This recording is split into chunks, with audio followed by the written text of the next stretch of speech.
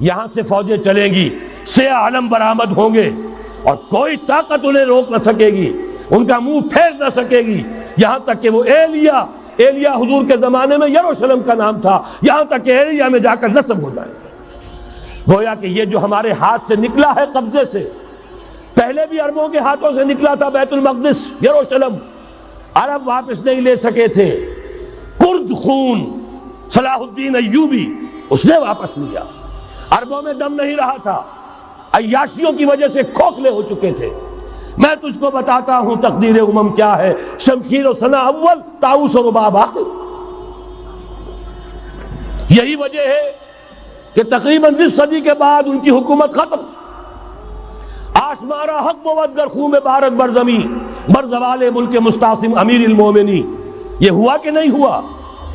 جبکہ آئے ہیں تاتاری ہورڈز، اور جنہوں نے کہ آخری خلیفہ بنو عباس اسے محل میں سے نکالا، ایک کھال کے اندر لپیٹ کر اور اپنے گھوڑوں کے سونوں تلے کچل دیا۔ عرب معزول کر دیے گئے تھے، لیکن اب دوبارہ عربوں کو جب سہارا ملا ہے، لیکن اب بھی انہوں نے کہیں اسلام قائم نہیں کیا۔ کوئی روس کا غلام رہا، کوئی امریکہ کا غلام رہا، کسی نے اس کا ساتھ دیا، کسی نے اس کا ساتھ دیا۔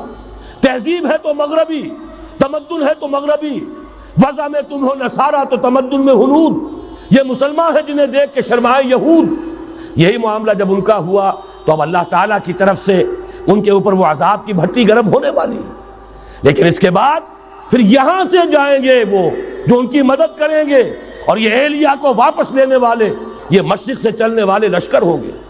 یہ اسی علاقے میں جب انقلاب آ جائے گا، یہ علاقہ خراسان اور پاکستان، جب یہاں نظام خلافت قائم ہوگا، یہاں سے اسلام کی توسیع ہوگی، اور یہاں سے جانب مشرق ہند اور جانب مغرب یہ جو یہودیوں کا سیلاب آ رہا ہے، ان دونوں کا مقابلہ کرنے کے لیے انشاءاللہ العزیز، ورنہ یہ اصابتان جو ہے ایک حدیث میں جمع کرنے کی کوئی اور حکمت ہو نہیں سکتی، ورنہ تو ہندوستان پہ کئی لشکر آئے ہیں۔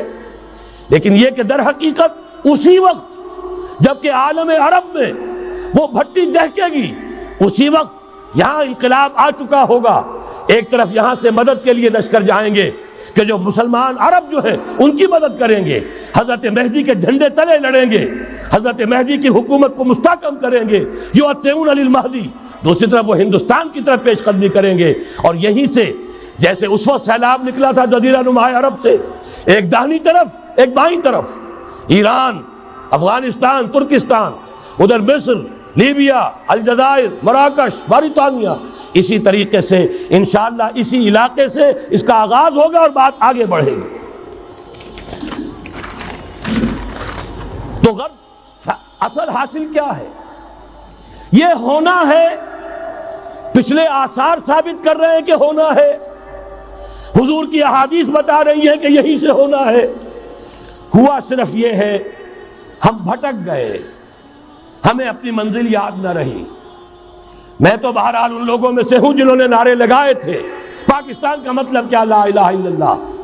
میں سن 46 میں یہاں حبیبیہ ہال میں قائد اعظم نے مسلم اسٹوڈنٹ فیڈریشن کے جس اجلاس کو خطاب کیا تھا، ضلع حصار سے جو 2 ڈیلیگیٹ آئے تھے ان میں سے ایک میں تھا۔ میں نے بہرحال اس تحریک میں بھی حصہ لیا ہے، ایک ننھے کارکن کی حیثیت سے لیا ہے، پھر حالات کو بدلتے اپنے آنکھوں سے دیکھا ہے، ہم کہاں سے کہاں جا پہنچے ہیں۔